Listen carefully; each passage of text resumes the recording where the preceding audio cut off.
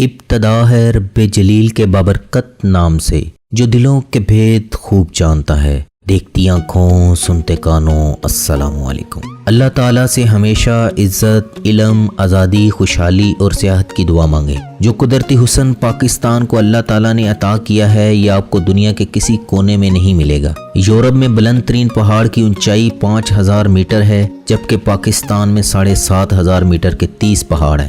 دنیا میں 8000 میٹر کے 14 پہاڑ ہیں، ان میں سے 5 پاکستان میں ہیں۔ پاکستان دنیا کے ان 10 ممالک میں شامل ہے جس میں ہر قسم کی زمین موجود ہے۔ ہمارے ملک میں 1.5 گھنٹے کی فلائٹ کے بعد موسم بدل جاتا ہے۔ جقبہ آباد میں 50 سینٹی گریڈ گرمی پڑتی ہے اور عین اس وقت ناگا پربت، K2، ہندوکش اور راکا پوشی کا درجہ حرارت -50 ڈگری ہوتا ہے۔ ملک میں بے یک وقت صحرا بھی ہیں، سمندر بھی، دریا بھی، میدان میں یہ سرسبز پہاڑ بھی، خشک اور بنجر چوٹیاں بھی، اور برف کی ایسی غاریں بھی جن میں آج تک کسی انسان نے قدم نہیں رکھا۔ اس میں جدید ترین تہذیب 5000 سال پرانی سویلائزیشن کے ساتھ سانس لیتی ہے۔ اس میں موہنجو دڑو بھی ہے، بدھ مت کی قدیم یونیورسٹی بھی، اور سکھ مذہب کے بانی بابا گرو نانک صاحب کی جائے پیدائش بھی، اور ایسے پہاڑ بھی جن کے پتھروں پر آج تک طوفان نوح کے نشان موجود ہیں۔ دنیا میں اس وقت 200 کے قریب ممالک ہیں، جن میں پاکستان ایک ملک ہے جو روس سے کم از کم 10 گنا چھوٹا، لیکن اس کا نہری نظام روس کے نہری نظام سے 3 گنا بڑا ہے۔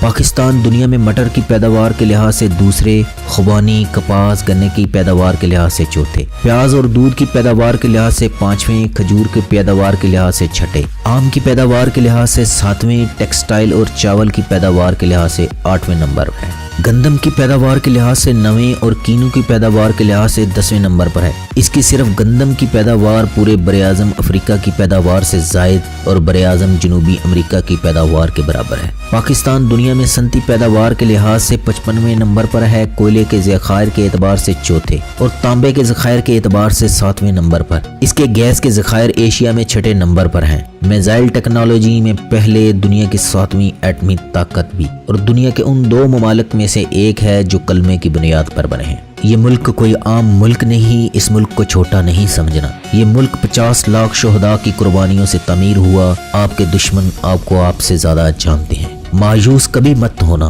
اس ملک پر سایہ ذوالجلال ہے۔ اس ملک پر کرکٹ کے دروازے بند کر دیے جاتے ہیں اور اللہ اس ملک کو T20 کا چیمپئن بنوا دیتا ہے۔ پوری قوم دیوانوں کی طرح اس وطن کی مٹی پر اپنا تن، من، دھن قربان کرنے کے لیے تیار ہے۔ اپنی اپنی ذمہ داری کو جانیے، کون خوش نصیب ہوتا ہے، یہ اپنے اپنے نصیب ہیں۔ ہمارا K2 اکیلا ہمارے تمام قرضے اتار سکتا ہے، لیکن ہم نے کبھی اس کی طرف توجہ نہیں دی۔ ہم فیری میڈوز سے اربوں روپے کما سکتے ہیں، ہم نے آج تک اس پوٹینشل کو استعمال نہیں کیا۔ ہم صحت کو انڈسٹری نہیں بنا سکے۔ آج ہم وطن عزیز کا وہ رخ پیش کرنے کی کوشش کریں گے جو دوسروں کی نظروں سے اوجھل ہے۔ جائیے گا نہیں کہیں۔ ویڈیو کا باقاعدہ آغاز کرنے سے پہلے تمام نئے آنے والوں سے YouTube پر ہمارا اسپائڈر بل چینل سبسکرائب کر لیں۔ شاہراہ قراقرم چین اور پاکستان کے انجینئروں کا کمال ہے۔ یہ 1300 کلومیٹر شاہراہ ہے، 806 کلومیٹر پاکستان اور 494 کلومیٹر چین میں، جو حویلیاں سے شروع ہو کر چین کے شہر کاشغر پہنچ کر ختم ہوتی ہے۔ یہ دنیا کی شاندار اور حیران کن سڑکوں میں شمار ہوتی ہے۔ چین اور پاکستان کے 25,000 کارکنوں نے سنگلا پہاڑ توڑ توڑ کر بنائی ہے۔ اس کی تعمیر کے دوران سینکڑوں لوگ مارے گئے۔ یہ 1979 میں چین کا جدید ترین دنیا کے ساتھ پہلا زمینی رابطہ تھا۔ اس سڑک نے پاکستان اور چین کے لوگوں کی زندگی میں شاندار کردار ادا کیا۔ چین 80 کی دہائی تک دنیا سے کٹا ہوا تھا۔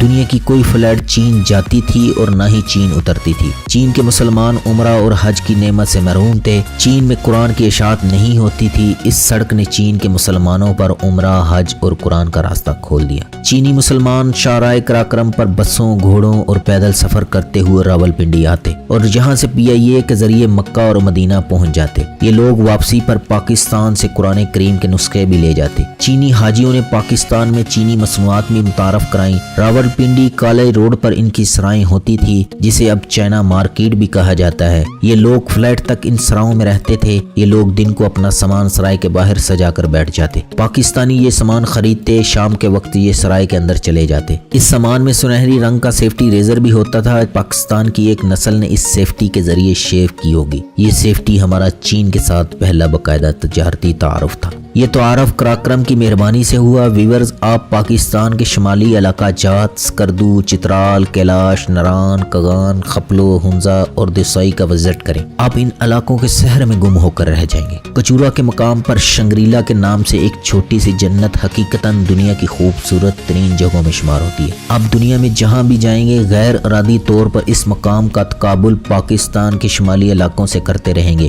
اور آخر میں ہر بار اس نتیجے پر پہنچیں گے ہمارے علاقے یورپ سے زیادہ خوبصورت ہیں۔ اللہ تعالیٰ نے شمالی علاقہ جات کی صورت میں زمین پر جنت کا عکس اتارا ہے۔ آپ کو شفاف پانی کے بے شمار چشمے، آبشاریں، جھیلیں ملتی ہیں، سیبوں، خوبانیوں کے درخت۔ آپ ایک مرتبہ خوبانی کھا لیں پھر کبھی اس کا ذائقہ بھولیں گے نہیں۔ کیلاشی دوشیزائیں پریوں کی طرح رنگ برنگے پہنوں میں ملبوس حیرانی سے سیاحوں کو دیکھتی ہیں اور کئی سیاحوں کو دیکھتے ہی کسی درخت یا دیوار کی اوٹ میں ہو جاتی ہیں۔ کیلاشی جو سکندر اعظم کے وارث مانے جاتے ہیں، سالانہ چلم جوشی میلے میں رقص اور مذہبی رسومات ادا کرتے نظر آتے ہیں جو مئی کے مہینے میں ہوتا ہے۔ یہ لوگ ایک میدان میں اپنا ثقافتی لباس پہن کر ڈھول کی تھاپ پر مکسور رقص کرتے ہیں اور ہم میں سے جس شخص نے جاگتی آنکھوں سے گلگت بلتستان کے ضلع دیر میں واقع پاکستان کی دوسری اور دنیا کی نویں بلند ترین چوٹی ناگا پربت کے عین دامن میں فیری میڈوز نہیں دیکھی، وہ بدنصیب انسان ہے۔ آپ کو بے شمار ملکی اور غیر ملکی سفر ناموں میں اس کا تذکرہ ملے گا۔ کراکرم کے ایک طرف بلند و بالا پہاڑ ہیں، دوسری طرف گہرائی میں دریا سندھ۔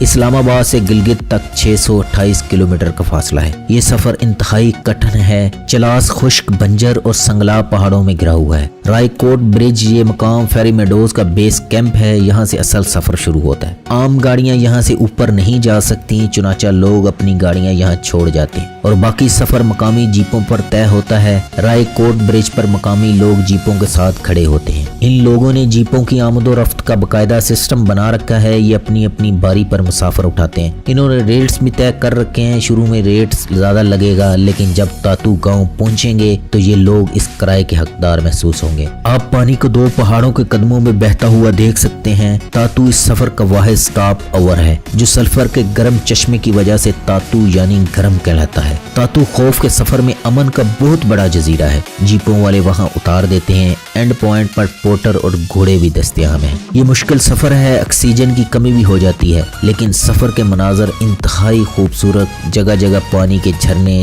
چیڑ اور پائن کا جنگل ہے۔ دور ناگا پربت کی چوٹی بھی نظر آتی ہے۔ آپ جنت کے دروازے پہ کھڑے ہوتے ہیں جس کو انگریزوں نے پریوں کی چراگاہ یعنی فیری میڈوز کہا تھا۔ یقیناً اس جگہ میں کوئی ایسی خوبی ضرور ہے جو یورپ میں نہیں۔ وہ خوبی کیا ہے؟ ایک موڑ کے بعد فیری میڈو آ جاتا ہے۔ پہاڑوں میں گم ہزاروں سال پرانی جنت آپ کے سامنے آ جاتی ہے۔ آپ 16-17 ہزار فٹ کی بلندی پر دنیا کا عظیم ترین پہاڑ ناگا پربت آپ کے سامنے بادلوں کی چادر سرکتی ہے۔ بلندیوں پر برف نے سفید ابا اوڑھ رکھی ہے اور اس کے درمیان فیری میڈو ہے۔ ایک چھوٹا سا سرسبز میدان، لکڑی کے چند مکانوں کے گرد جھرنے، ندیاں اور چشمے بہہ رہے ہیں۔ ارد گرد گھوڑے اور بھیڑیں چرتی ہیں۔ ایک ندی جھیل میں اترتی ہے۔ جھیل کی سطح پر درختوں کا سبزہ، پیچھے تراہیاں اور جنگل میں اٹھتا دھواں جو ماحول کو مزید رومانٹک بنا دیتا ہے۔ فیری میڈو ایک طویل، جیتی جاگتی، دھڑکتی ہوئی پینٹنگ ہے۔ آپ اس کیفیت میں کتنی صدیاں گزار دیں گے کاؤنٹ نہیں کر سکیں۔ اس کو دیکھنے میں کوئی ایسا منتر ہے، ایسی بے شمار خوبیاں ہیں جس سے امریکہ اور یورپ محروم ہے۔ فیری میڈوز میں ہٹ کی شکل کے ہوٹل ہیں۔ ان ہٹ سے ناگا پربت پوری طرح ناگا نظر آتا ہے۔ ناگا پربت محض ایک پہاڑ نہیں، یہ ایک طلسم ہے جو ہر دیکھنے والی آنکھ کو اپنی طرف کھینچ لیتا ہے۔ یہ طلسم 200 سال سے کو پہماؤں کو اپنی طرف کھینچ رہا ہے لیکن جو بھی اس کی طرف جاتا ہے وہ واپس نہیں آتا۔